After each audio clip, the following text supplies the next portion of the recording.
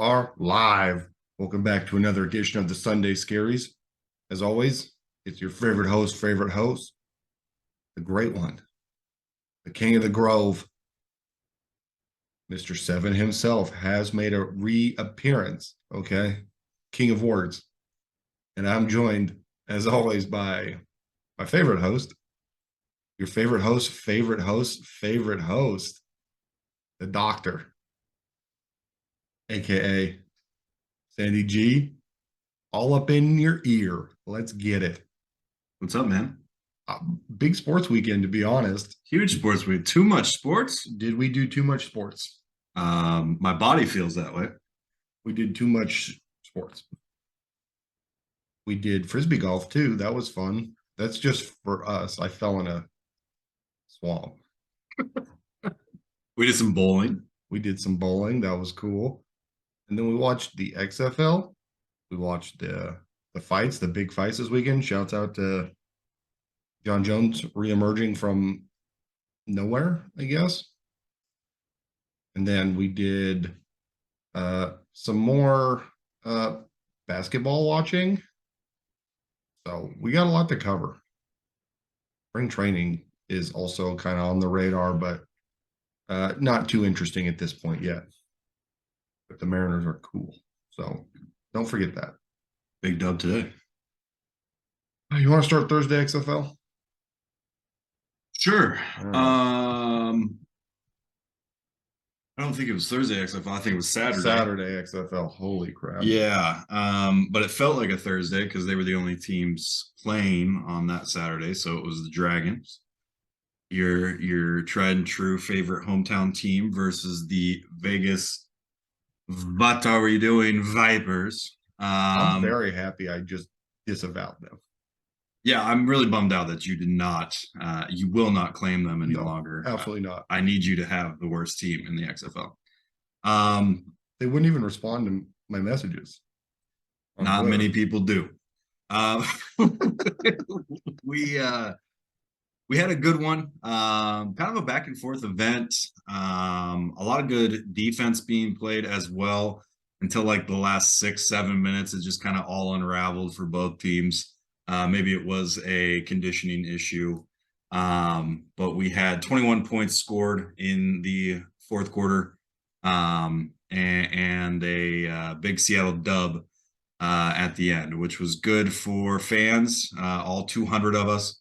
Boy, they really did not pack that stadium well. No, and in Vegas again, this 9,000 capacity stadium that may have had 9 people in it. It's a sad rodeo if I ever see one, but a rodeo with dragons and vipers, so could be interesting. The biggest thing that surprised me from this game was DiNucci actually playing real quarterback. Yeah, first quarterback over 300 yards for the XFL this year, and he absolutely crushed it with 377. He was cooking. We've talked about it before. This is the best receiving core in the XFL. I wouldn't necessarily say best quarterback, but definitely best receivers for sure. I think Josh Gordon finally woke up. I think he finally realized he is still that good. He had some huge catches. Finally got himself a pair of TDs. I'm imagining he does this every game the rest of the year. And Seattle needed this win bad because for them being 0-2, they're not a bad 0-2 team. They have problems with 2 minutes to go on the clock, and they have problems not fumbling the football, but they're better than 0-2. Well, this game script was a little bit different for the Dragons. What it has been classically this season is they're dominating in the first half, really struggling in the second half, and then absolutely gone in the last 2 minutes. It was pretty close. I mean, it was tied at halftime. And I think they just kind of really stuck it out, wanted to finish the game. And Josh Gordon with that walk-off touchdown on 4th and 2, which was awesome. Deep ball on 4th and 2, always risky, but very fun to see the Dragons get a dub there and have the best receiver in the league. On a scale of 1 to 10, how lucky were they? Pretty lucky. I think I basically counted them out when they were down by 2 touchdowns about midway through the fourth quarter. I was just like, oh great, here's another Dragons loss. I heard rumblings. The channel might need to be changed. Yeah, I think we were all just collectively saying, let's focus on the fights now. Um, and yeah, it was just a really good finish, and a lot to be proud of and a lot to look forward to. I think this is a get right game that they really needed to build some momentum And throughout the rest of the season. it took everything in the end there. Yeah, I mean, if you're going to start the game, and this was a snooze fest at the beginning, 9-9 going into half. That's really not indicative to how exciting this game kind of was in the back half. Teams were really they started getting it together, I felt like. And like you said before, Seattle does not get it together in the second half. Instead, at halftime, I feel like they start warming up the buses. And then when the fourth quarter happens, like, guys, we got to go. We got to get on the bus. Like, but the game is still going. Like, yeah, get on the bus. It's fine. Well, I think you can maybe argue. I like the defense a lot for the Dragons, but I think you might be able to argue that that could be a conditioning thing. We may have mentioned this a couple times. I think just every team in this league is going to have a conditioning issue. I'm sure their conditioning is not to the level of the NFL. No, I mean, and they made a point of that. They had a very short, whatever you'd call it, spring training, practice sessions, whatever, just a couple weeks. And a lot of these guys probably will get better as the year goes on in that regard. But this was the Dragons' worst defensive outing. Yeah, gave up a lot of points. But I think that also goes to Brett Hundley. Now, finally, he has been involved in the XFL for what I understand is 4 total weeks. First week of the season, he had just joined the team the week before and they didn't play him. Second week, they gave him half the game. And then this week, they gave him the entire game with no backup presence seen at all. And he was cooking. So maybe XVP back on the table.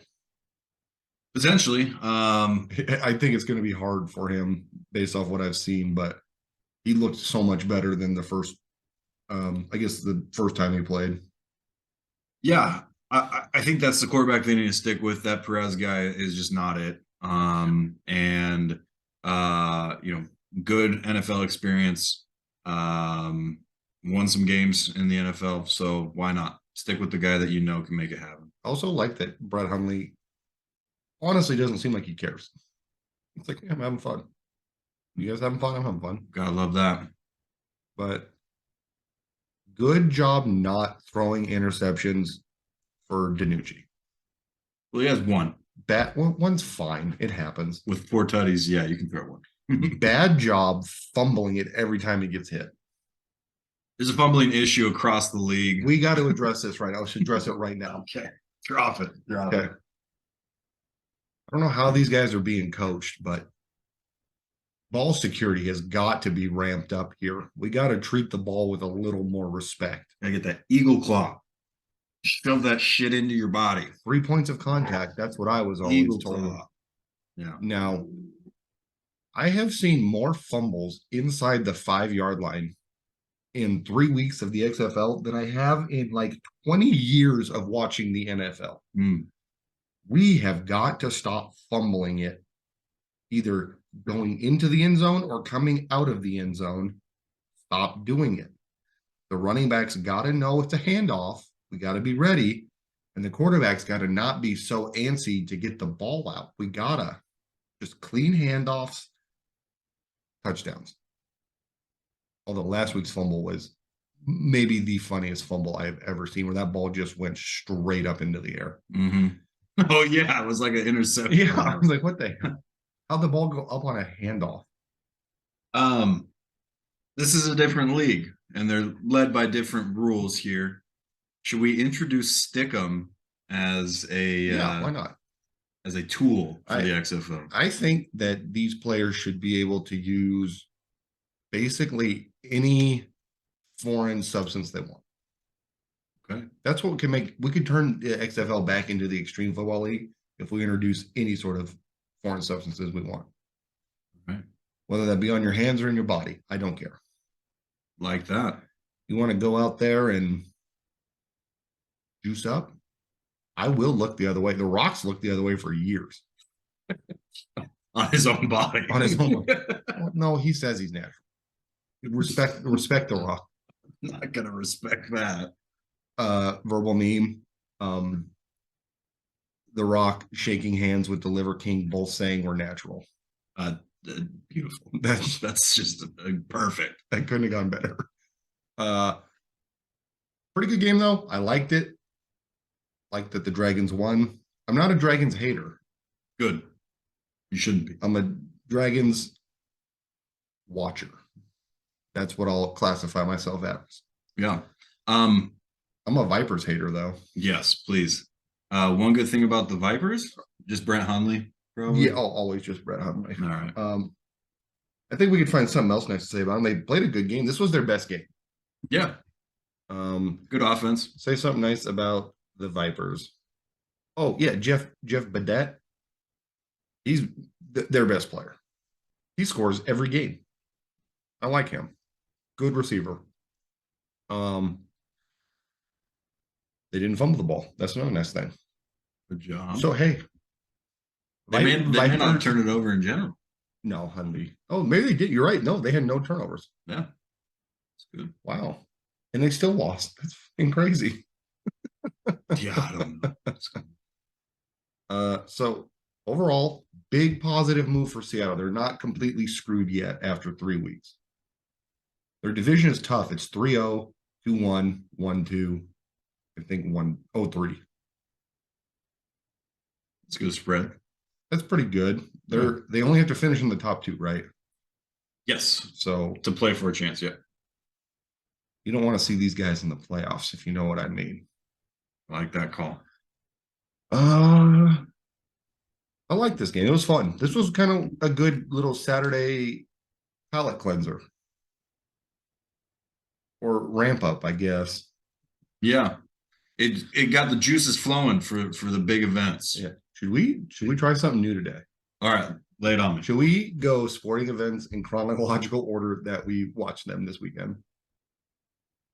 Throwing in the UFC in the middle. We document our Saturday here. Sure. Let's go by Saturday. Let's go by Saturday. This was Saturday sports. Okay, Saturday sports. I like it. You want me to wrap this guy out? Yeah, ring him up. All right. The Seattle, we celebrated a victory, Dragons 30, and the Vegas snake bite on my dick Vipers with 26. There's a snake in my boot.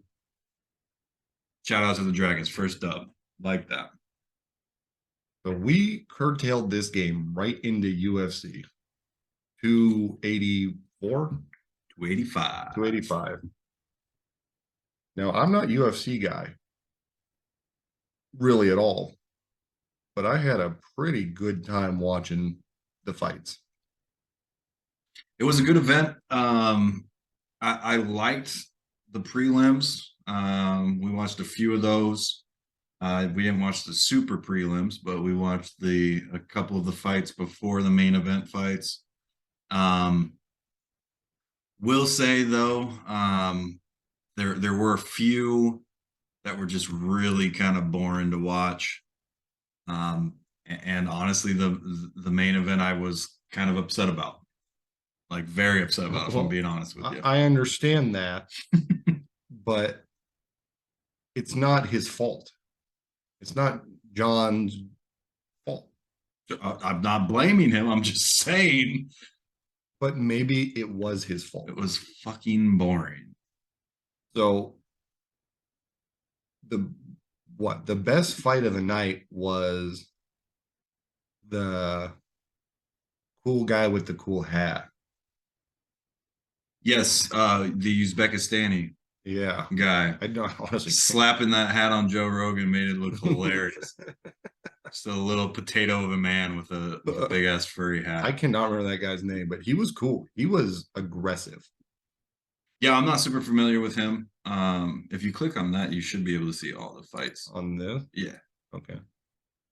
Um, Oh, Rachmanov, Shavkat, undefeated, 17-0. Not super familiar with him. I was actually looking forward to watching Jeff Neal fight. But Shavkat just kind of took over that fight. And yeah, rear naked choke standing up, which was impressive. wild. That was Very a impressive. wild move. Yeah, very cool. Definitely surprised. It kind of came out of nowhere, to be honest. Mhm. They were throwing some huge punches. They were getting after it. Some nice kicks. They did a little groundwork, got a little boring there. And then in that third round, like right towards that was the beginning of the third round, right? I think so. Mhm. Yeah. And they Yeah. just ended up on the fence. And next thing you know, he just kind of slinked behind him, got to the side. I don't even know how I would describe it, but then he just put him to sleep standing up. Well, yeah, I think you were calling it. You thought he was going to backpack him, Yeah. but he just was like, no, he saw the opportunity, got him in that choke, and got it done. Nothing probably feels worse than getting choked out standing and they got to break it up and your body just hits the ground. Yeah. He just fell to the ground. Yeah, man. And as the joke of the night went, there's probably nothing worse than getting choked out. And the last image you see is Adam Driver telling you to go see his movie 65. That's you might never recover from that. Yeah, what an interesting push. That's a lot of ads we saw for that specific movie. We're to be blunt, the UFC has got to figure out something because they're going to get eyeballs. But to raise the cost of pay-per-views and then just inundate the watcher with hundreds of ads, they're doing ad reads in the middle of fights. Mhm. That's so annoying. Mhm. Whatever product they're reading, I'm like, I hate this. There's got to be some blowback on them for that or something. I don't know. Whatever. Maybe the flip side of that is they don't honestly care because they know that everybody was going to be tuned in. They can just put anything on there. They can. Well, Yeah. that's what happens when you have no real competitor. Yeah. No one does fighting like UFC. Sure. So the ads got old, but that fight was awesome. My least favorite fight was Gamrot and Turner. That one was kind of boring. It went the distance. There wasn't anything that stuck out for me. Well, the Gamrot got, I think he knew he won the first round, and then he just didn't do anything.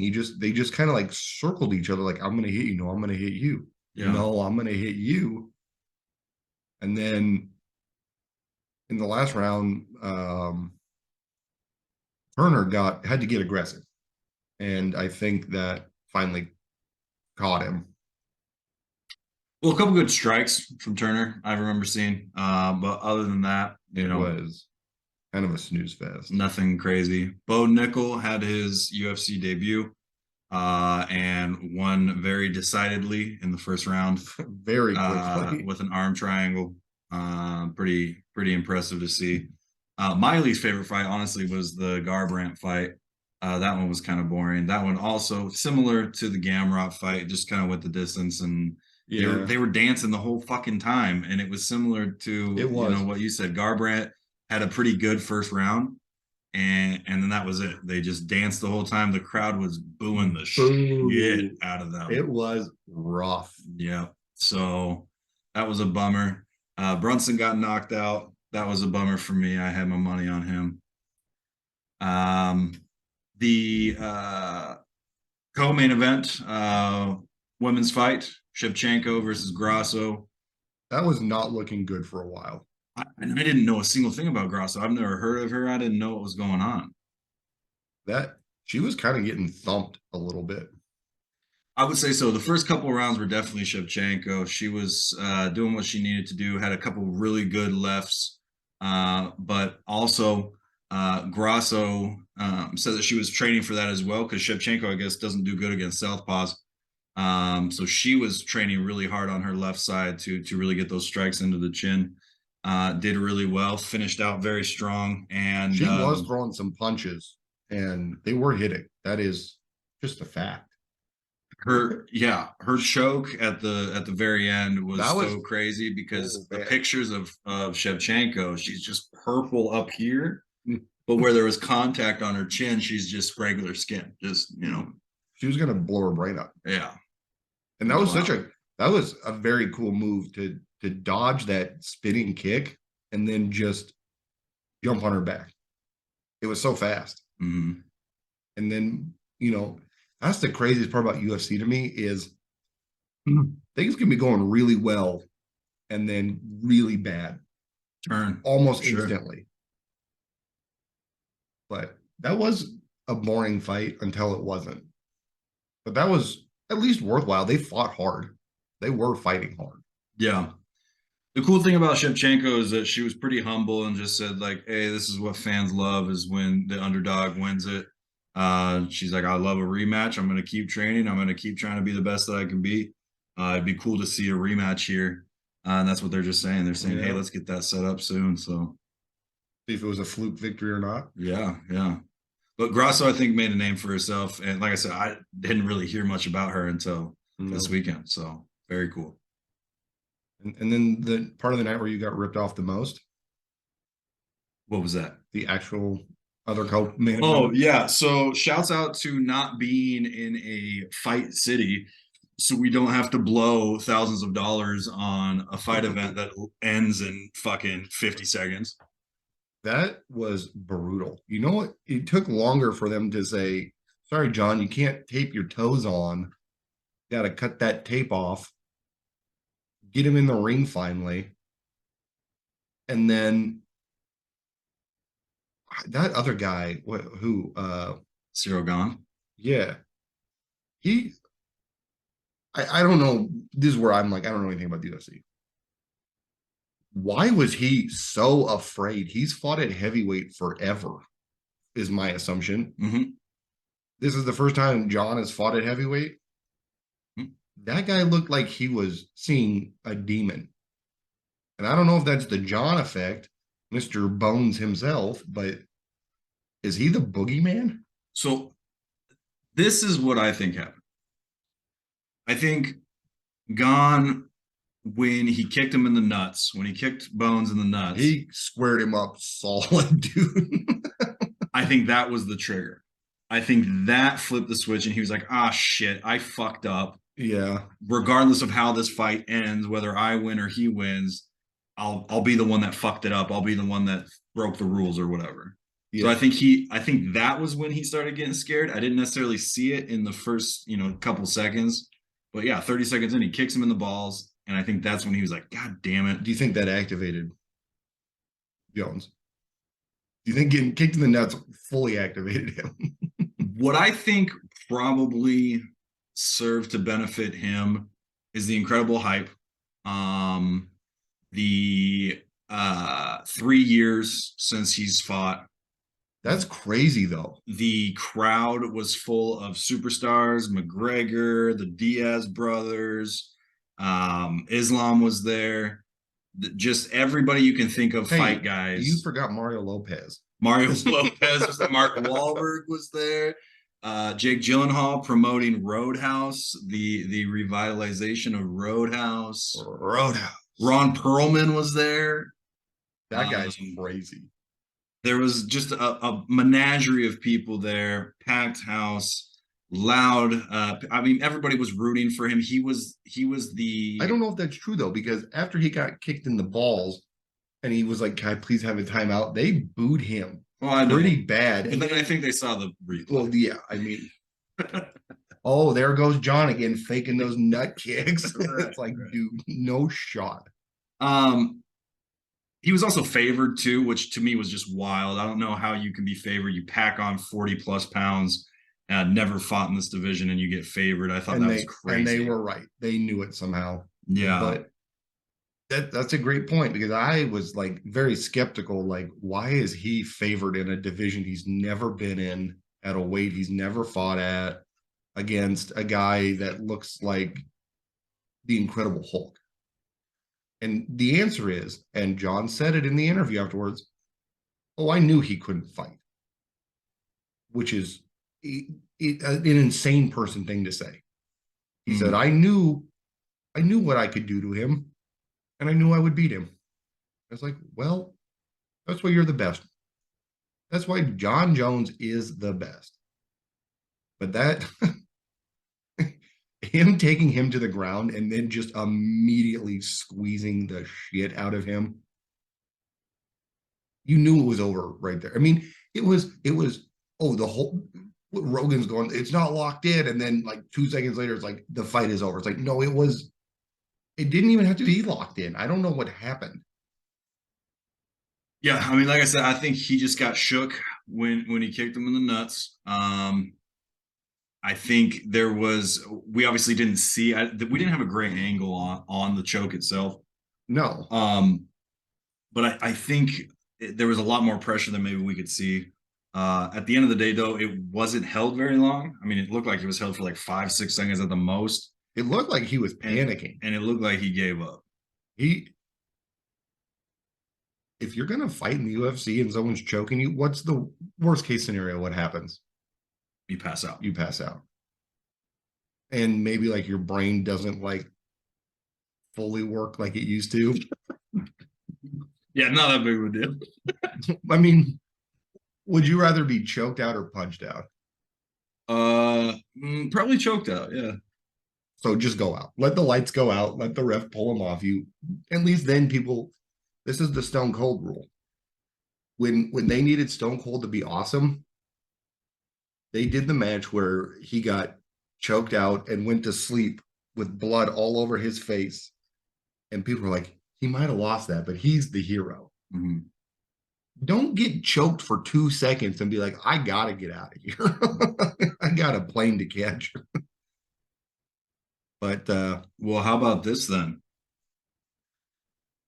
We love controversy here on the Sunday Scaries. I'll do brain damage to myself. I don't care. Was this set up from the start? No. Oh, wow. Okay. Well, now you're going to make me argue. Maybe it was. Were they like, you're going to have to take a fall here, Gunn? And his response was kick John in the nuts and then get tapped out. Yeah. Can I at least kick him in the nuts? Is what he said. If I'm going to take the fall, can I at least kick him in the nuts? That would be hilarious. I was shocked though, too, because I was asking, some of the experts in the group, does John like to fight on the ground, or is he kind of a punch him up guy? And people seem to agree that he was like maybe better. No, he's not a bad wrestler, but like maybe better standing up. Yeah, he likes to strike. He also talked in that post-fight interview, like, I've been wrestling since I was 12, and I knew if we got on that ground, he was fucked. Is that a heavyweight guy problem? Are there like notable heavyweight wrestlers? Good question. I'm not sure. Because I have to think about if there's not like notable guys that love getting on, like Brock Lesnar was terrible on the ground. Mm-hmm. But if John is good at that, well, better than them, is his advantage being like, if I just take you to the ground, I'll just work you to death? It could be an advantage of going up in a weight class, maybe.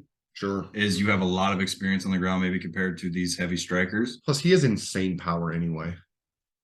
Definitely could be an advantage.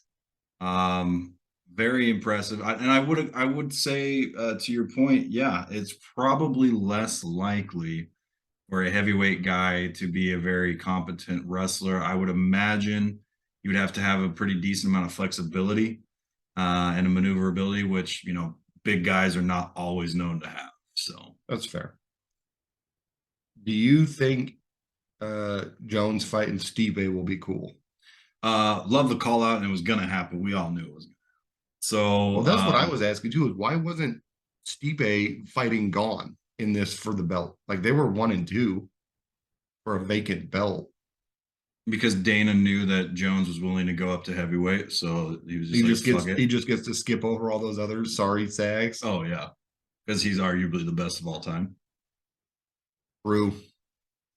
So when they fight, that'll be cool, I bet. That'll be a fun one. Hope it lasts longer than 45 seconds. The post-fight interview with Stipe, just like in the bag. He's like, I don't really have much to say. And she goes, I know. Yeah, I know. he was making her job so hard. That And was awesome. it looked like when he was standing there, and just every time he moved a little bit, his shirt was trying to explode. He didn't fit in his own shirt. His mom didn't dress him that day. So honestly, tough interview for that lady. She was doing her best. She was asking good questions, and he was giving terrible answers. It's gonna be a good fight. Don't know what to tell you. What do you want? What do you want from me? I don't know what else to say. I know. I know. I know you don't have much to say, but thank you for. She's probably looking around, being like, "Who made me do this?" Crazy, crazy happenings. So that was UFC wrap up.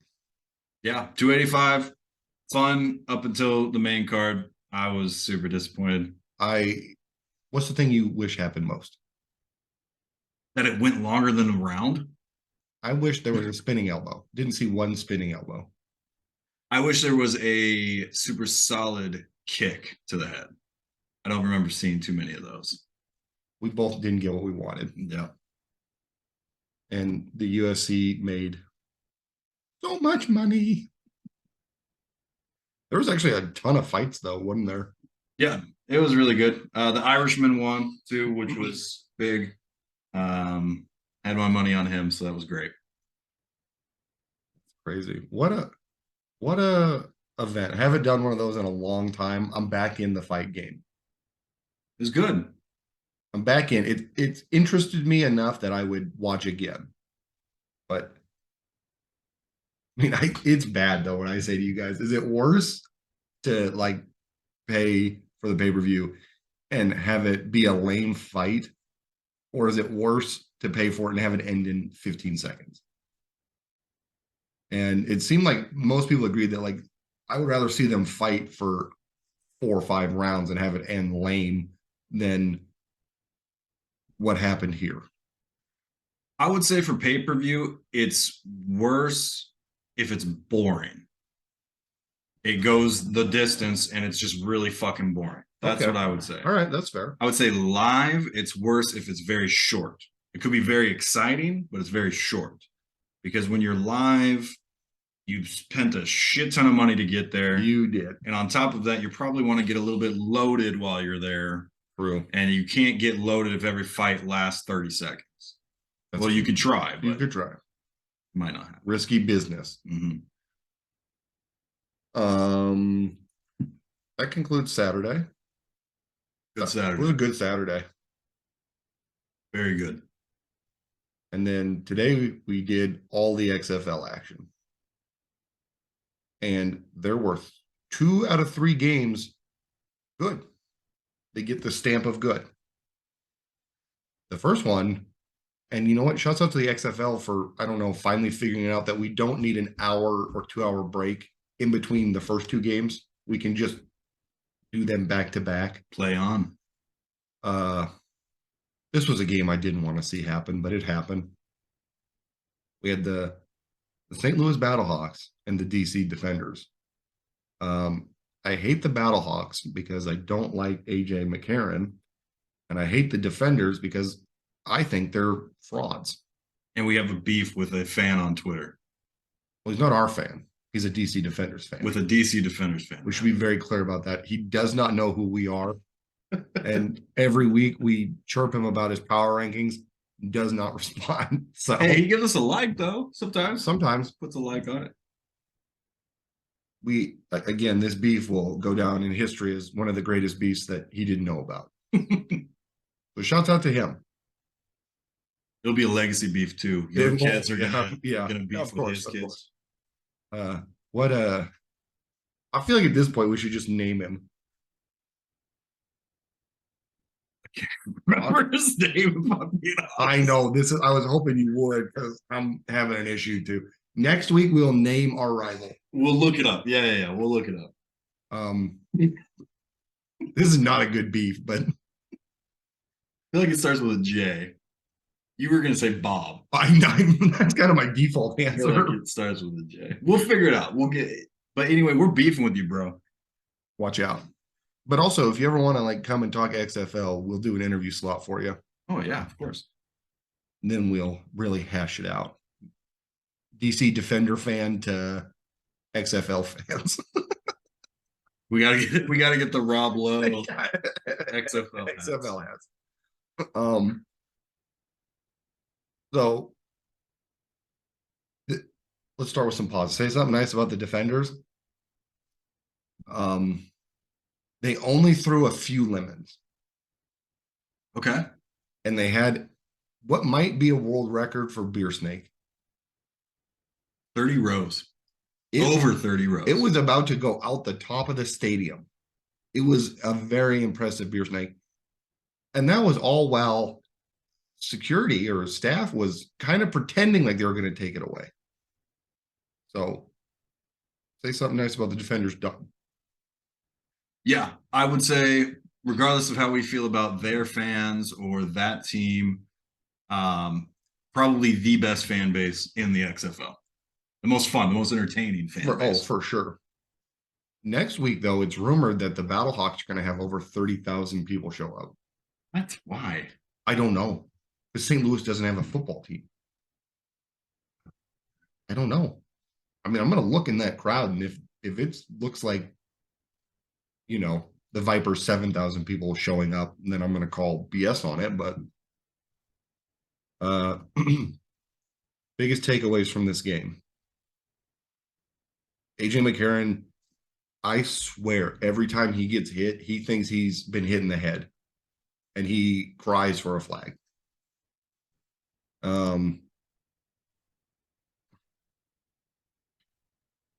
Ta'amu, say something nice about Ta'amu. In the first quarter, he threw one of the nicest deep balls I've seen him throw all year.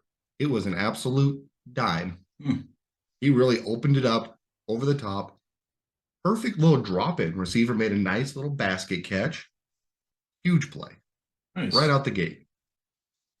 And then he basically completed 10 more passes for 140 yards. So very good. He's not great at throwing the football. He has his moments. He flashes. He does. King didn't provide as much of a spark this game as he has in the past. No, but I think he did what he needed to do. He's in there for the running plays. Ta'amu's in there for the passing plays. They're going to just stick with that 2-quarterback set. They're going to give King a chance to kind of shift things a little bit. I think it's working for him so far, obviously. It's not working. No. They did kind of use him in a sneaky way where he actually threw the ball this game.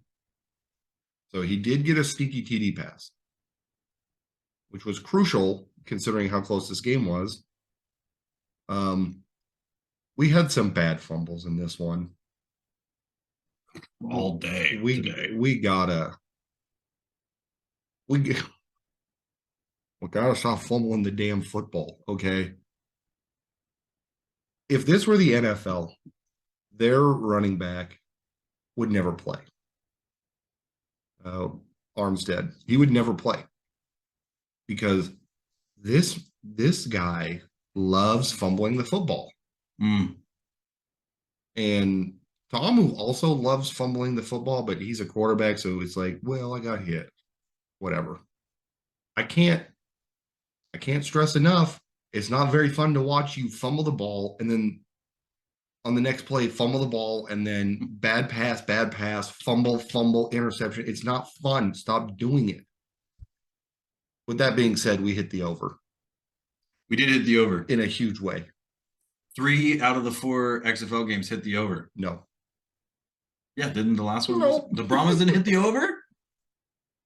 Oh, my God. I said that at halftime they're going to hit the over. Yep, no. The over was... No, they didn't score? No. After the third quarter? No. Oh, my God. I take a nap and that's what happened? Yeah. I was putting in the Lord's work trying to finish that game, and they didn't do anything. So... I'm sorry. Okay, 2 out of the 4. Yeah, it should have been Would have been 3. Wow, that's crazy. They needed 1 point. But I like the Battlehawks running back.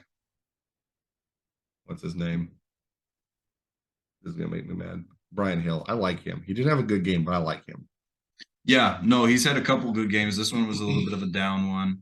He also got disqualified at the end. Lots of fighting at the end of this game. Okay, so this game was good. This is a weird rivalry that I didn't know would exist, but I think these are the two best fan bases. And apparently they hate each other. Whatever happened in this game happened. They threw the ball, they ran the ball. I punts and kicks, whoop-de-doo. The game ends and it turns into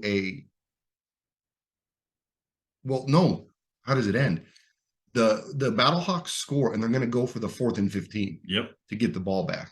Yep. Great rule. They're the only team that has converted on it. Yep. So they're going to go for it. Wasn't a great play. Doesn't get the job done. Greg Williams ran what I would have argued was not a great defensive call. He just played prevent defense and backed everyone up to the first down marker. Yeah. You played prevent with the goal being the guy to get 15 yards, so you back all your fucking defenders up to 15 yards. Because it makes a lot of sense. If that guy catches the ball at like 12 or 13 yards, I bet he runs through you and gets that first down. Insanity. But who would have guessed that the Battlehawks could not block a single person on like a 3-4 man rush? Not one of them got blocked. Quarterback gets sacked.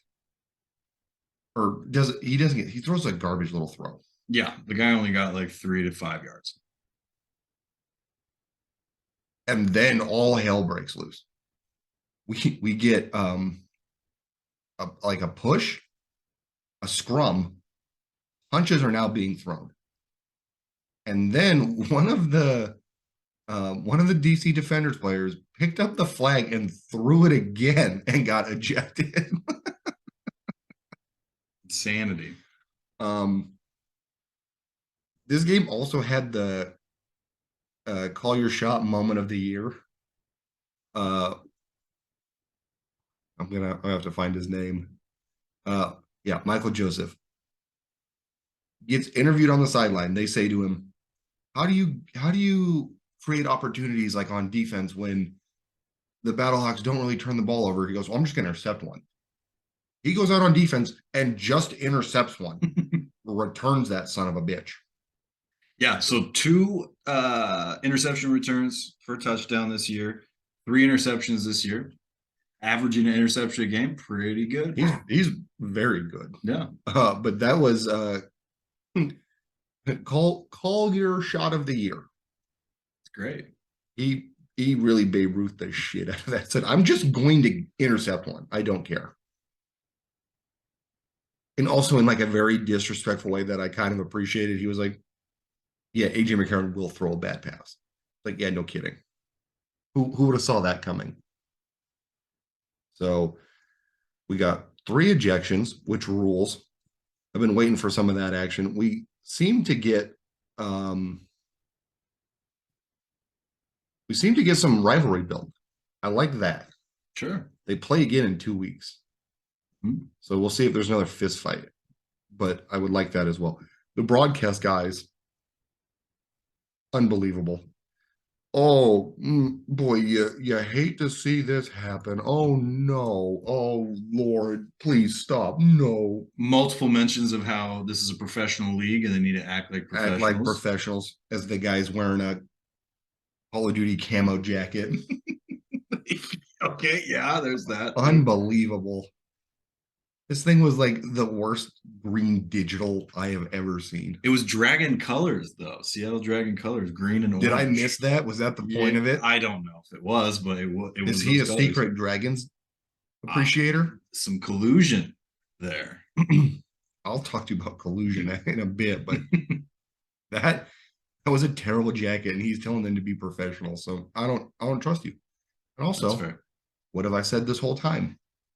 This is not a professional league. Professionals wouldn't fumble the ball every 10 plays.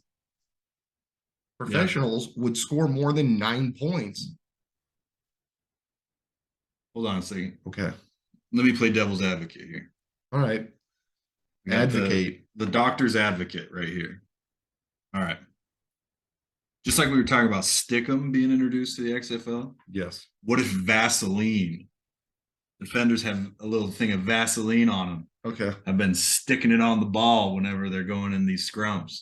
And that's why we're we need these to fumbles. we need an investigation. Yeah, I think we need to do a Cottonwood Media investigation. Because I said earlier, right? All foreign substances. I didn't think of the negative foreign substances, but greased watermelon. Yeah, that's what I'm saying, dude. It's a greased watermelon in the pool, and everybody's fumbling. You know what? You might be onto something here. I can't dispute that right now, but for some reason, that ball is slicker than snot. Yeah, but it's also slicker across the board. Almost every team's been fumbling like 3 to 4 times a game. So I think with the Orlando game, we had like 6. It's like, what are we doing, dude? I'm gonna fact check that in a second, but yeah. Oh my god. Yeah. So look, my dad always said, win the game and win the fight. The Battlehawks did neither. They got bullied in the fight, and honestly, they kind of got bullied in the game because they were down by, two legitimate scores at the very end of the game. Because I mean, they scored that last touchdown with 15, 30 seconds left or something. Mm-hmm. The Battlehawks also had terrible timeout management, so I'm glad to see that's not only a Dragons thing. Yeah, that's true. So we'll ring this one up. The excitement was pretty decent football played, and then a big fight. So rate this game out of 10. Hating both these teams, I still give it like a 7.9. That's good. Yeah, I was going to say 7.5. Good stuff. St. Louis.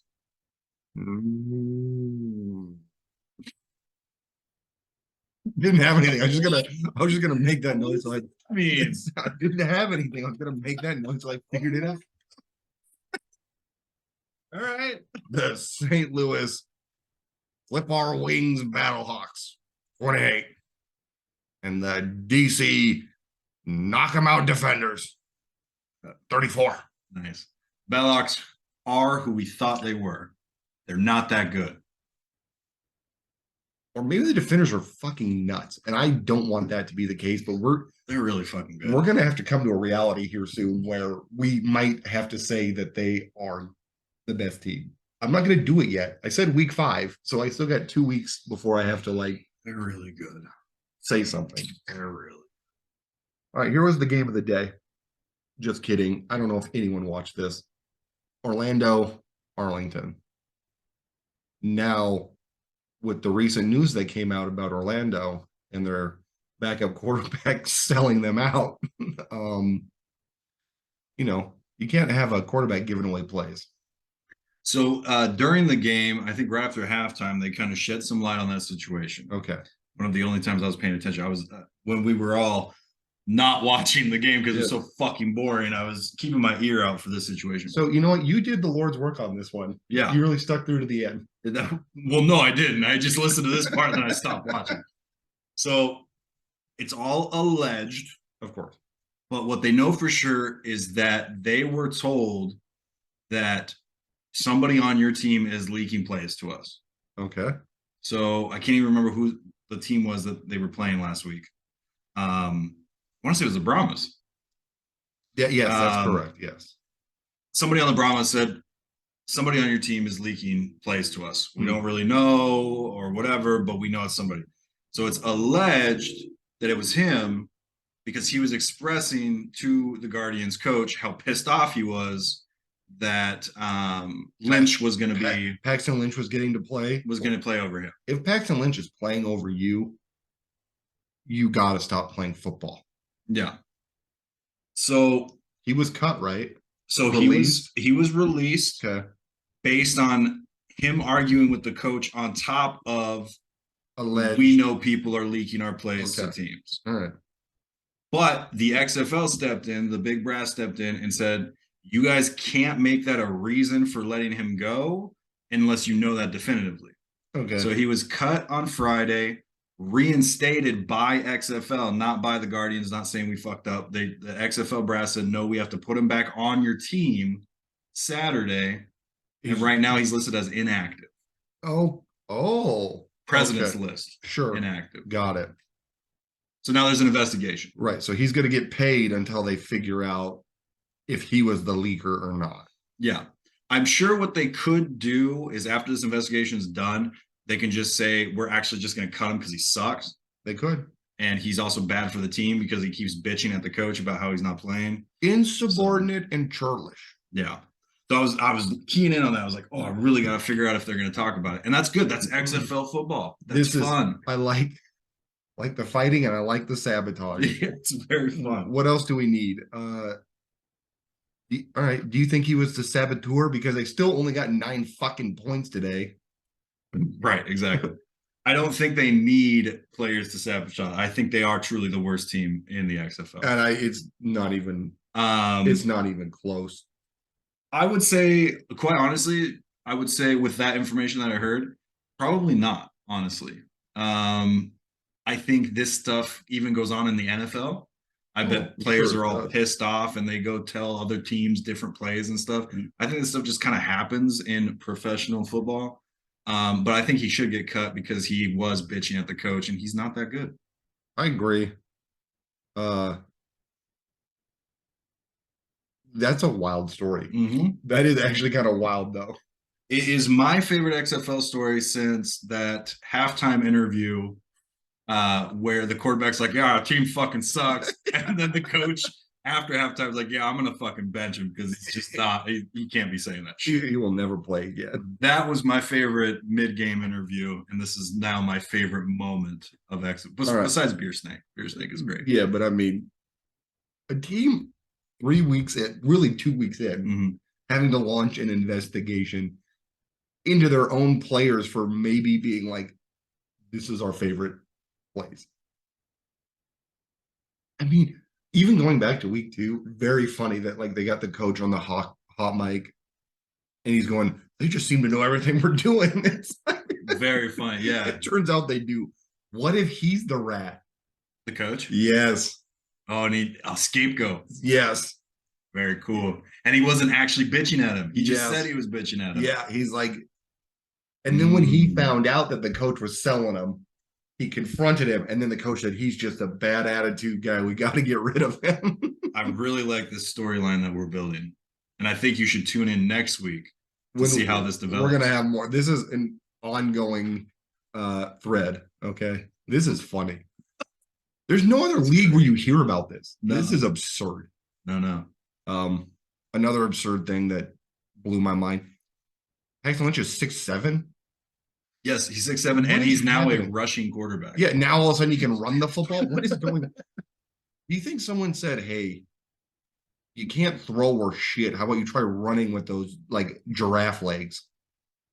He's probably scary to tackle because he's just a fucking monster out there. He did get a rushing touchdown from like the 1 today, so stud. I mean, and he's bouncing off guys too. I know, he's taking hits. He's 2 yards long. I mean, it shouldn't be too hard to fall in from 1. I mean, this game was a travesty. You got to put somebody on the hot seat. Oh, look at this guy, 2 fumbles. Crazy. Yeah, the running back. Paxton Lynch, did you fumble it? Just be honest with me. He didn't. No. Okay. So just 2 fumbles from them. How many times did the Arlington Renegades fumble? None. That is bananas. There seemed to be, okay, that's probably lost fumbles. There seemed to be a shit ton more fumbles in this game. Well, I thought it was 1 million too. This guy only had 2 fumbles, 2 lost, and that was it. That's crazy. There seemed to be way more than that. We're gonna have to see if. Are we gonna have to keep our own stats for the XFL? Doesn't seem right here because and then submit them to the XFL. Yeah, or ESPN should get involved. They just don't give a shit. They either. won't. No, of course not. Mothership don't give a fuck. If I told you that someone completed 18 passes, how many yards would they have? 220. minimum. Yeah, well, you're wrong because it was 124. Damn. Kyle, you're on the hot seat. Yeah, that's a NFL experienced backup. But wait, no, they probably ran the ball a lot, right? Yeah, probably. Yeah, definitely had more than 64 yards running. Spoiler alert. You played a full game and got 180 yards and won? The Guardians are in hell. They're the worst. They are so bad. They got 300 yards. Yeah, the Guardians had more passing, more rushing, way more fumbles. Can't even imagine a world. And lost by 1 point.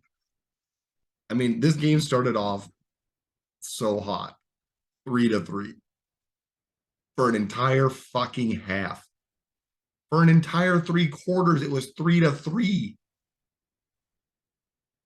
These field goal kickers are bad. Where's that stat? Show me your kickers. That's got to be a thing. They don't even put kicking numbers up on their because they're so bad. Because they're so bad, man. That one kicker, they trotted him out there today. Like, he hasn't missed. He's 4 for 4. They asked him to kick a 53-yarder. You know what the broadcast guys did? He kicks this. It was so far right. It didn't even make it the 50 yards. It landed, and they go, oh, just short. He would have had that one if he had the leg. Dude, I'd have had that field goal if it went in. I'd have made. I would make every field goal if I made it. No way. Yeah, I mean, that's what they said. Holy smokes. So, if there's a way to relegate a team, we got to look into it. Okay. Do you think they would have open tryouts, and could I make that team? Yeah. In fact, they should. The worst team in the XFL for the following season should have public tryouts. Yes. And give everybody their invincible moment. I couldn't agree more. That's a great idea. And see if they're better. And they would be. Yeah. There's probably some incredibly unmotivated, like 320-pounder just hanging out in Orlando that's like, I could block. And I bet he can. I bet he blocks everybody. Oh, yeah. I bet he's hungover right now. He would still be doing a better job than any of these Guardian anythings. Let this be a motivation to you, Mr. Guy, who is definitely listening to our podcast. Wake up. Sitting on the couch drinking a beer on Sunday. Wake up, get it done. Guardians, you're fired. Yeah, bad team. Just bad. Bob Stoops he doesn't care what happens either. He doesn't care what happens either. I'm gonna ring him up. Fucking piss me off. Do it. The Orlando guarding that 0-3 record. Sorry, 0-10. We can't possibly win. 9. The Arlington. What do you even call these guys? The Arlington winning again somehow. And we spent a lot of time talking about how bad the Guardians are. The Renegades got lucky because if they had played anybody else, this would have been a very different story. It would have been because every other team scored more than these two teams. I'm just going to do a quick check here. All right, 26 is the low. 26 is the low. 13. So only one team scored less than these two combined. That's a good stat. That is an ESPN That's an ESPN stat. Wow. So on to the next one. Okay. The San Antonio Brahmas versus my team that I've always ridden with. Oh my God. That I had from day one. No, not even. The Houston Roughnecks, baby. I never doubted them. And I've always said they are the best. You have been known to say that. I have been known to pick the best team and say they are the best. Wow. Let's just get into it real fast. Okay. The only stat that matters: Is that fumbles? no fumbles Okay. for the Bulls, Mhm. Brahmas, and no fumbles for the Roughnecks. So there's no way that's correct. There's just no way. Somebody's not tracking these fumbles. We gotta, Like they must be only tracking the fumbles that are lost. but they have the lost and recovered stat. I know, but it's it's not making any sense. no, it's not. So maybe there weren't any fumbles. Maybe I saw a few while I was watching the game that weren't fumbles. Maybe I don't know what a fumble is. What is that called? The Mandela effect, right? Where you think it happened one way, but it didn't. Sure. All right. I thought that was like where people remember things differently. Well, that's what I guess that's what I'm saying. Yeah. The XFL remembers are not being fumbles, and I was like, there was definitely a fumble. Yeah. So the Brahmas got to get a new quarterback. You're not a cone guy. I'm not a 8 for 20 for 64 yards kind of guy. Okay. He had a monster game last week, though. 3 touchdowns. Well, I mean, 180 yards, but 3 touchdowns. Okay. Bad week. Sure. He got Wade Phillips. Yeah. Okay. I'll allow that. Actually, I think Wade Phillips probably is a nightmare to play against in this league, just from his defensive schemes and true understanding of football. I think it's safe to say that the Roughnecks have the best coaching staff. I think you can assuredly say that now. Yeah. And this was a good game for them in the sense that it was it was a good first quarter. The Brahmas went down and scored right away, and then the Roughnecks came back and scored. And then it kind of got slow for the Brahmas. Offense was getting kind of eaten up in certain places, having a really hard time making consecutive positive forward plays. And so at halftime, the Roughnecks are way up. And it's 22-7. They didn't do anything in the second half. And that's because their defense did basically all it needed to do. San Antonio sneaks one in. But the takeaway I got from this game was Hines Ward is a giant baby. He loves yelling for penalties. Okay. He wasted his team's one and only challenge on a pass interference call that in no world would ever be called pass interference. And Dean Blandino was like, I don't know what to tell you. That's not a penalty. So I think he gets really invested in the game, very emotionally invested, and doesn't think. He thinks like a player still and not like a coach. That's what it kind of feels like to me. Good analysis there. You might be right. Before the game, Hines and Wade met, and it was very funny. As Hines said to him, "You're not going to trick me today," and Wade Phillips goes, "Okay." You sure? But they made a big deal out of Hines Ward has played against Wade Phillips multiple times. It's like, well, yeah, they were both in the NFL forever. Wade Phillips has like 50 years of NFL experience. Yeah. Unbelievable. Great coach. He's my favorite. Good for Houston.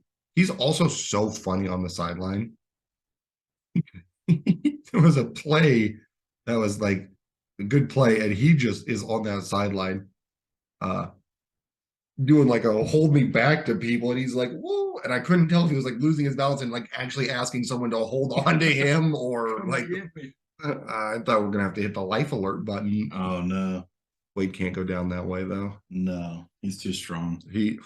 And so I really like him as a coach. I like his defense is nasty. They're mean too. So Houston, good outing. I can't tell how bad or good the Brahmas are. I'm leaning towards bad, but they've played good teams, except for Orlando. What we could have seen here is the best coach team versus the worst coach team. Like you said, maybe Hines Ward is not in the coaching mindset. Maybe he's just there because of his name. Maybe he has a really good relationship with The Rock. I don't know. But what I like about Hines Ward is that he is super happy at the beginning of every game. And then things start going really bad really quickly, and he gets all frowny faced and sourpuss. That's my favorite part. He is all-time bad body language guy. Yeah, he's just, and then he's awful at halftime. I would not be motivated by this man at all. Come on, guys. Hey, we gotta really do it, guys. We gotta really make it happen. Get out there and do the football. Holy shit! I'm expecting him to hand out fucking orange wedges like Capri Suns. Make sure you guys eat your bananas so we don't cramp up out there down by 30. I don't know how you fix that. Well, he's got it. This is hard knocks of coaching. This is Jeff Saturday being like, well, I've never coached before. If I do bad, duh. What did you want from me? Yeah. So Jeff Saturday did in the NFL. He's doing this in the XFL, so nobody cares if he has like actually no idea. That's fair. What's going on. I think he has an idea of what's going on. I think he understands the game extremely well. I just think he's too emotionally invested. And what happens on the field starts to dictate how he acts as a coach. Mm-hmm. Whereas, as a coach, you want to be involved and excited and riding with your players, but you have to be the level head, clear thinker. And you can't be like, my players are complaining about the refs. I need to complain about the ref. Sure. Yeah. So that's safe to say. Let's hope he figures it out. We were talking about it a little bit. Brandon Silvers. Are we kind of arguing that he might be the best quarterback in this league? I love him. I don't know why either. He has no business being as good as he's been. He's actually pretty awesome. What did he do today? Yeah, I mean, 24 out of 35 for 278 and 3 touchdowns. He can throw that football, dude. And he actually does good sideline stuff. Whenever they put that mic in front of him, he looks like he still is a mouth breather. He looks like a fucking goon. Oh man, the most punchable face in the XFL. He does, but he's very nice to the interview lady and always says something like, I'm just happy to be out here with my team and we're going to figure out a way to get it done. Like, Brandon, you're up by 15. You are getting it done. So I like him. I also like Max Borghi, Corgi the Borghi. He's a tiny little shit. He's quick though. He got hurt and then he came back. Tough. Football guy. He's a football guy. He's a good running back. I don't know. I need the Roughnecks to not play at home. This is their 3rd straight home game. Oh, really? Wow. Yeah. Everything's better in Texas, I guess. Scheduling. Look, we do this every week, I feel like, but how do you schedule a team to play 3 straight games at home and then do the shit where you send Seattle across the country to then go back home 3 days later and play again? What are we doing? Because everybody hates Seattle. Technically, though, last week wasn't technically a home game because it was technically Arlington's home game. They just play at the same stadium. So, is that true? Yeah. Oh. They just had more fans there than Arlington. Yeah. So they play at the same place. That remember they were that's like, the hotel jokes. Got it. Okay. Stuff. Okay. Yep. But I did not realize that they shared. But it is 3 home games. Technically. Okay, that makes more sense to me now. Mm-hmm. That's good clarification because I was gonna have an aneurysm trying to figure out why they played 3 straight weeks. Well, the scheduling fucked anyway because of how bad Seattle gets screwed. Both of the Thursday games, so both of the quickest turnarounds, and they also play the Friday game, I think, too. So Seattle played last Thursday, and they couldn't even do us like the courtesy of being like, "There's 3 games on Sunday. One of them can be yours." Like you're just gonna they play on Saturday. You're just gonna play early again on Saturday. Like, why are we doing that? They're trying to concuss the entire will at the end of the season have played the most games in the shortest amount of time. Yes. And also traveled definitely the farthest distance. Oh, yeah. I mean, If we have to go to DC, that's a nightmare. Mm-hmm. Damn. I don't know if we will though. You don't think so? I don't think so because I think we already played, right? Yeah, What you mean? we already did the Defenders week 1 at home. Oh, okay. There you go. And but they are in our they're not in our division. North? They might be. Gonna do a little fact check, yeah. I don't know. I don't know how the leagues are split up, if I'm being Yep, honest. we go all the way to DC. That'll be good. Yep. Or we already went to DC. No, Yep. sorry. Week 1, we're already in DC. Yep. You're right. Okay. I'm unconfused. I'm still confused. So shouts out to the Roughnecks. Shouts out to Brandon Silvers being cool. Mm-hmm. Still gonna call him out breather until proven otherwise. And there's a way to prove me wrong. Next time the camera cuts to him on the sideline, if his mouth is closed, I'll know he'll be breathing through his nose. Good. Maybe he breathes through his ears. Maybe he's just We weird. might need to get that looked at. Yep. Insane you guys didn't hit the over too. That I'm most pissed off about that. Fuck the Roughnecks for not hitting the over. They need to issue a formal apology to everybody, not just us. They sure. Here's another thing the XFL loves to do. They like pride themselves in being like, we give you behind the scenes access. We talk gambling. We talk inside and out of football and sport. There's no way that they're like getting that much money from gambling, right? Like people aren't just like flocking to place bets on the XFL. There might be some real seedy stuff going on. Maybe it's not a Vegas thing. It's like a back alley. I know a guy that Jersey City thing. Yeah, I know a guy that loves going to this diner that will take your bet. It's a mob bet mentality. Yeah. You lose a finger if you don't pay up. The XFL might be scarier than I thought. This league might also fold. If one team gets caught being a shitbag cheating team, like the Guardians, and another team every week when things aren't going their way, they throw lemons on the field. This is my final plea. Defenders fans, please stop throwing fucking lemons on the field. Don't stop. The broadcast guys are like, lemon. But then the players fist fight and they're like, be professional. I love the lemons. I love the beer snake. I love the crowd in DC. I hate the team. If you throw one more lemon, listen to me. If you throw one more lemon, I'm gonna demand they take your beer snake away. Fuck you guys. You got a lot of pull. Well, if the XFL would ever respond to me. You want to ring this one up? I will. All right. San Antonio, Dwayne The Rock Johnsons with 13. And the Houston Wade Phillipses with 22. You're damn right. Teams need to have star player coach names, I think. We need to just change the names to who they represent. That'd be way better. I will say, before we jump into anything else, we've been doing chronological. Yeah. We kind of skipped Friday night. Well, I don't want to advertise for somebody else. Okay. Well, all right. Never mind. Forget I even said anything about Friday night. We can talk about it. I don't really care. We can talk about it. It doesn't matter. All right. Well, we watched Rough and Rowdy 20 on Friday night. We don't really have to get into all of it.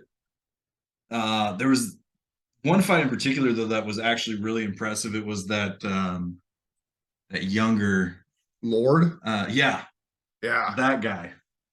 I would not want to catch him. Dude, there's no way he should have been allowed to fight, to be honest. That guy was about 2 steps above quote unquote amateur. Yeah. He dog walked that guy. That was bad. And then in true Barstool fashion, willing to make fun of anything on the internet and show it 1,000 times, would not show the knockout again because the guy had a seizure. Oh, that was the one where the guy died. He punched the guy, so already seized. Yeah. You don't have to show the seizure. I don't want to see that. I want to see the punch right into his face and you would not show it. We got updates that he's in the hospital. He's totally fine, nothing bad. Fully recovered. Still wouldn't show the punch. Still wouldn't. So that's the Barstool difference. Yeah. Do Good way to put it. I'll do whatever I want, but I won't dare besmirch my own brand because we care about safety and not embarrassing people. Yes, while participants and commentators are slamming SoCo all night, Yeah, they do care a lot about safety. yeah, of course. Think of how crazy this is.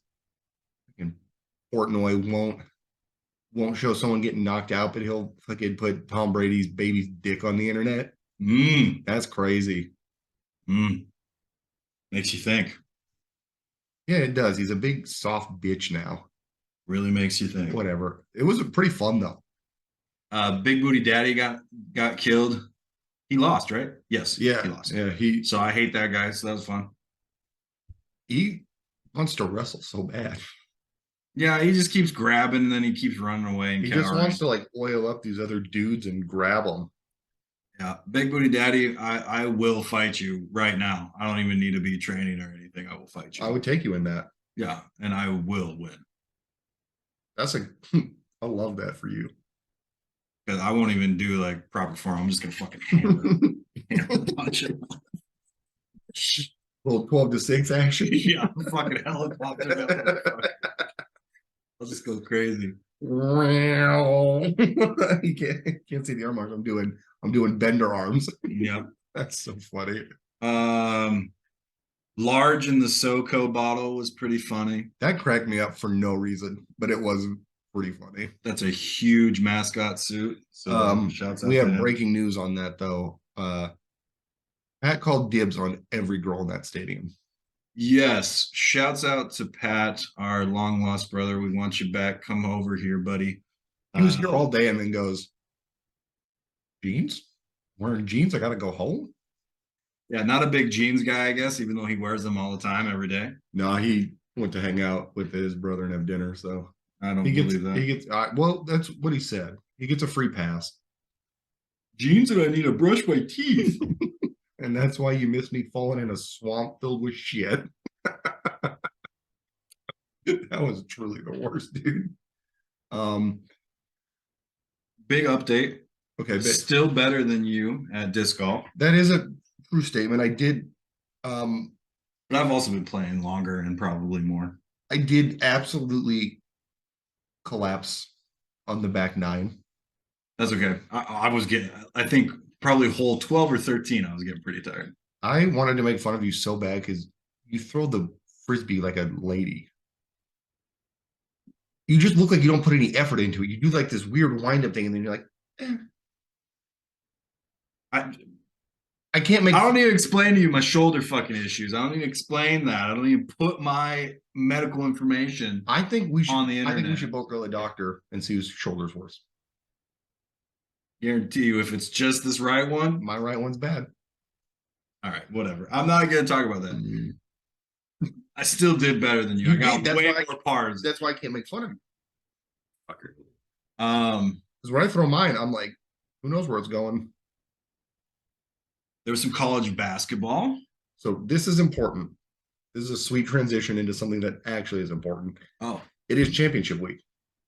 Next Sunday is Selection Sunday. Oh, yeah, baby. So we will have a good amount of coverage for Selection Sunday. Oh, yeah, baby. Now some bad news. Our alumni blew it today. Yes. Fuck. In surprising fashion. Oh, my God. In a way that you could only imagine. Yes. So, final 2 minutes of the game. Eastern Washington, go Eags. Go Eags. But not today. Up by 4. Obviously, the game plan is we got to try to steal it, and if we can't steal it, we got to foul them. We got to get this ball back because these motherfuckers are doing really well. We get down to the last 40 seconds of the game. Go to the free throw line. We miss. Oh, so actually, I was wrong when I was telling you. We shot 6 free throws in the last 40 seconds. We missed 3. Good. First guy that gets to the line misses both of them. Shuts out. Good foul, some would say. He's an 85, 87% shooter on the year and misses both in a critical moment. Team goes down and shoots a three. Okay, they're only down by one. Okay. Foul him. Go to the line. Cool, fantastic. This guy hits both his free throws. All right, cool. Up by three. They go down there and they score some fucking lane, whatever. There's like 20 seconds left. Both teams are calling a billion fucking timeouts. It's just whatever. There's just a bunch of chaos. Eastern fans are screaming like, hell yeah, we're going to win. We got them on the ropes, whatever.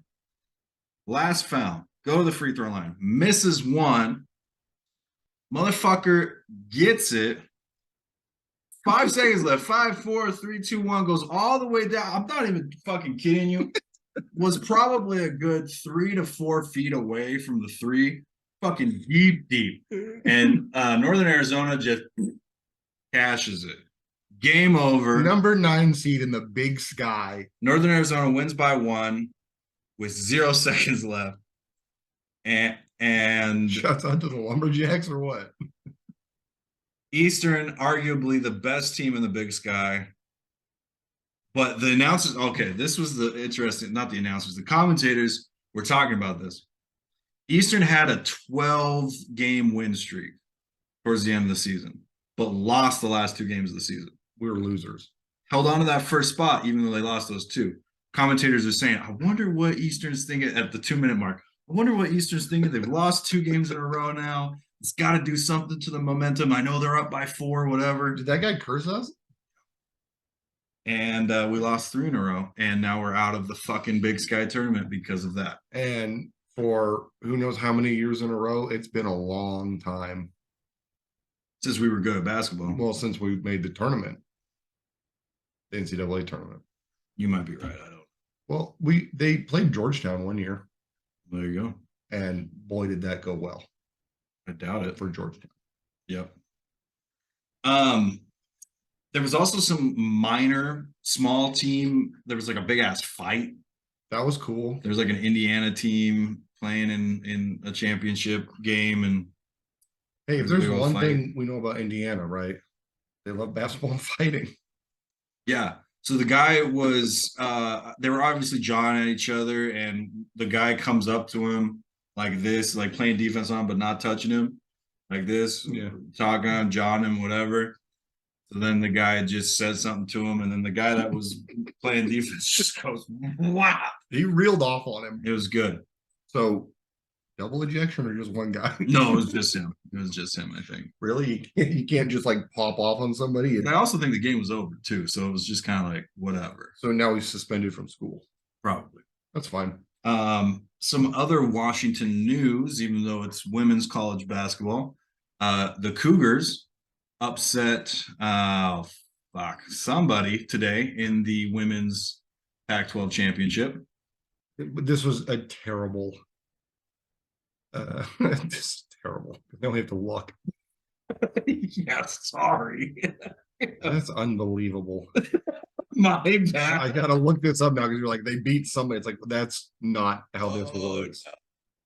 What are we playing? The Pac-12? UCLA. UCLA. There you go. I wanted to say UCLA. I almost thought it would just be UCLA. UCLA is most susceptible to just losing. I wanted to say that. All right. Hey, that's pretty good though. Huge upset. And that's fun. So go Cougs. Didn't Coug it. Which is, well, it's not over yet. Any moment. Well, that was the championship game. So. Oh, really? Mm-hmm. For the Pac-12 girls. Yeah. So they're going to go dancing. Yeah. Yeah. Hey, that's pretty impressive. They might get a good seed too. UW's, was that baseball? 137 to like 6? Yeah. Oh, geez. That was cool. Some good Washington sports going on this weekend. 32-7. 32-7. Yeah. Mm-hmm. That was brutal. And Kyler sent that in. I was like, oh, wow, their softball team's really good this year, like always. And then I was informed that was baseball. Oh, my God. Insane score. Yeah, I don't know if I've ever seen a score like that in college. My NBA update is Jason Tatum lost to uh, the Knicks today, and he lost to some loser uh, team yesterday too. You hate Jason Tatum. They The lost. Nets. They lost to the Nets and Knicks back to back. Feels bad, huh? Well, I mean, if your hero scores 40 points and you lose, what does that make him? Worthless. A loser, Not a finisher. not a finisher. I saw him pass more in the final 2 minutes to be like, this can't be on me. I already got my points. I already did my job. Double overtime loss to the Knicks. Brutal. He's like, I hope Marcus Smart can bail me out. He's a great player and teammate. Jaylen Brown, can you please win the game for me and I'll take all the credit? I've identified this so early. I'm going to live on this take until someone says you're right. You hate him. I do. That's crazy. When did you decide you hated him? What was When he was in the finals and they just were like, he's the best. I'm like, no, he's not. okay? No, he's not. You hate him because other people love him and give him too much credit. Yes. Okay. I've always said he's a great player, but he is not the guy that you want when you need to win He's the game. not a finisher. Yeah. No. Mm-mm. I agree with you. So Not yet. He's got some time to prove it. He's young. he's very young. He could become an elite winner. Not this year. I don't see it. I don't. Do we want to maybe talk a little bit now that we're on the subject of the NBA? And I don't really have much to say on the NBA. I didn't really pay attention to anything except this.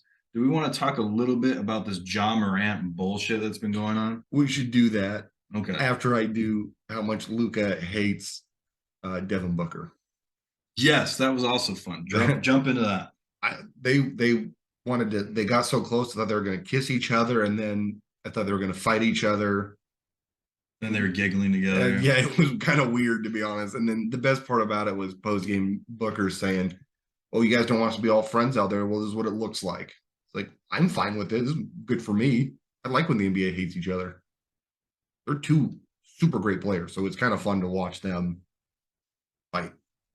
And also, Kevin Durant is back. He's so good, dude.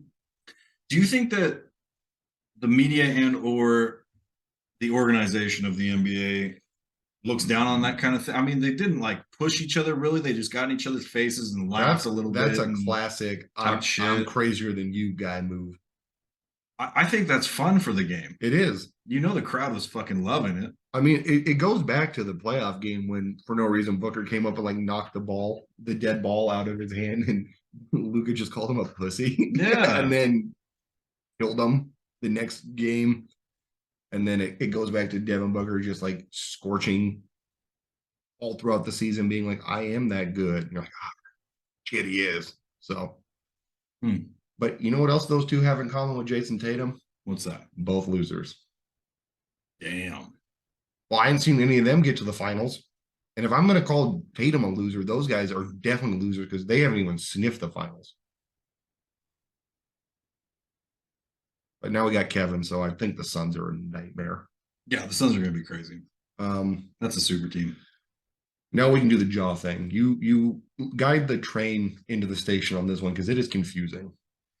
There's been a lot going on with Ja over the past couple of months.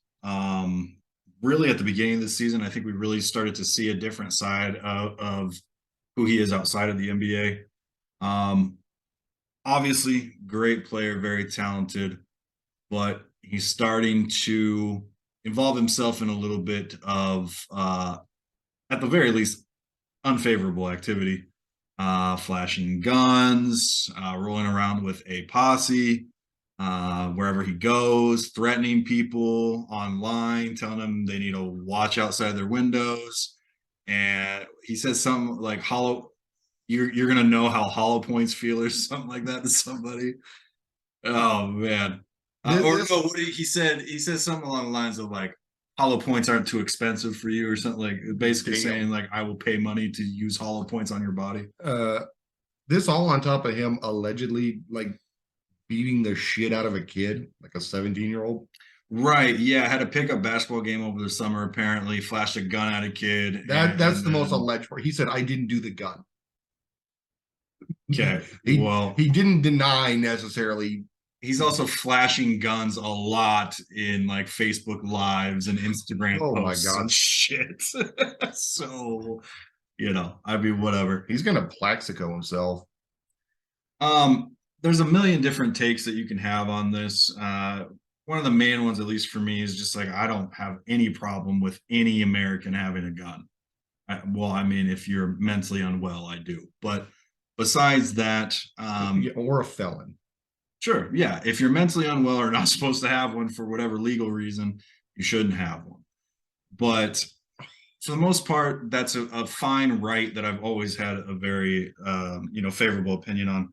The problem is when you are this level of individual who is apparently assaulting minors, showing up to malls to threaten people and basically say, "I'm going to At a Foot Locker, hurt dude. you when you get off work," telling people online you're going to kill them, or at least say you're going to know how hollow points feel, flashing guns on Instagram Live and shit. It, you got to understand where you're coming from. And you and I have had the conversation in private about this kind of, there's a certain level that you get to as a person, as a public personality, Yeah. whether you're a rapper or a athlete or an actor or something. You're making millions of fucking dollars, man. You don't have to hustle like that anymore. You don't have to front and put on this fucking image. The weird part about it to me is they always go back to like his childhood where he was just like dressed up in the polos and Yeah, went to private school, went to the nice schools. white collar life. He's definitely like pretending to be like a I don't know, a baller, a gangster, like for no, I don't know what we're doing. It's very confusing. Like he got that money and then was like, I'm gonna be hood rich. And it's like, you do not need to do that. And that's essentially the narrative, at least at this point, because he hasn't said anything about it himself. No. But the narrative is that as soon as he hit the NBA and started getting paid like an all-star, is when he started behaving this way and surrounding himself with certain people and doing certain things. They are some unsavory individuals, allegedly. Yeah. The other problem I'm having too, though, is like the other day he was on the bench and he was doing that sideline gimmick where he's doing fucking gun shit. It's like, dude. Yeah, just let it be quiet. I think Don't he's do like that shit. playing into this character where he thinks it's like, I'm cool guy. It's like, that's not really that cool, man. We all got guns. This is a verbal meme. Like you think you're the only one with a gun. Good verbal meme. What are we talking about here? Like You've been on fire with the verbal I memes feel like today. I'm doing pretty well. You do that to the wrong people in the wrong place. That's a threat. Your life is in danger. You can't be doing that. It's not like a fun goof around thing. It's not. What are we doing, man? Be an awesome NBA player and be a role model. This is what I've always concerned myself with is like, just be, you don't have to be a good person. Just be a decent person. Sure. So essentially, the league, after all this stuff's been going on, and he's got an alleged incident with guns this past summer, and now he's been flashing guns on social media. The league basically went to the team and said, you have to suspend him at least 2 games. So they did. Coach just came out a couple hours ago and said, we're actually not suspending him indefinitely, but he's stepping away indefinitely, which will be longer than 2 games, apparently. So this is like how to ruin an NBA career 101. Yeah. Which is great for cards of his. Maybe, I don't know. Maybe it won't increase the price of the John Morant card. Why decrease it? Why wouldn't it? Just for fun, You because know. we won't make any more, I guess. I don't know. At the end of the day, he has a lot to play for and shape up for. I hope he does because he's very fun to watch play, and I really think that he's one of the young guys that are really impressive. So How big is he? 6'3", 174? I would whip his ass. Because that's like 6'3" NBA height. This guy probably clocks in at like 6 foot, 6'1". the shitty thing though for the Grizzlies is I think they're kind of screwed now. They are not in a favorable position to lose your best player, Yeah. some would say. Uh, shape up. Shape up. And this is coming from a place of care, John. We can help you. I'm not. I'll volunteer my time to help. I'll hang out with you when I see some improvement.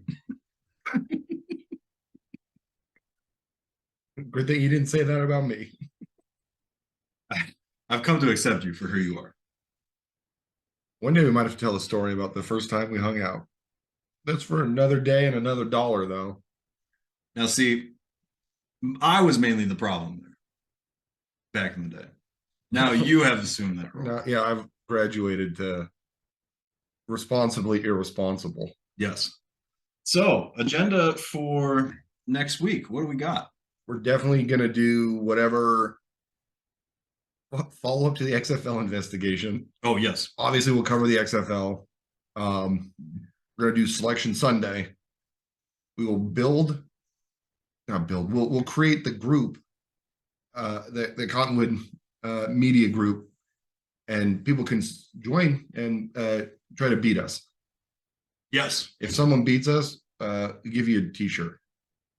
We will. That's a rule. It's on video. I think it's legally binding now. We have to give you a T-shirt if you beat us. We will give you merch. You have to beat all of us. Sure. Yeah, that's good. I mean, That's fair. beat the experts. We are the experts. Oh yeah. So we'll do that. We'll give some predictions on the tournament. We'll do some tournament talk and see what else happens during the week. There might be some. I'm gonna keep doing NBA follow up talk. The things that I like about the NBA, I'll talk about it just because it's funny. The NBA is getting ridiculous. We're heating up. And maybe do a little baseball talk. I still got pitch clock issues, but we're still working through that. So I'll have a better opinion next week on pitch clock. It sucks. It's not great. I think that's kind of where we're at now. It's college basketball season now. College basketball fun is officially starting next week. This week, really. I am not confident. I have no idea what's going on this year. I have only started watching like from 2 weeks ago to now. Okay, that's good. We're gonna lean on you for your expertise, Heather. Maryland's gonna make it. That makes me happy. Go Terrapins. Go Pens. Any final thoughts?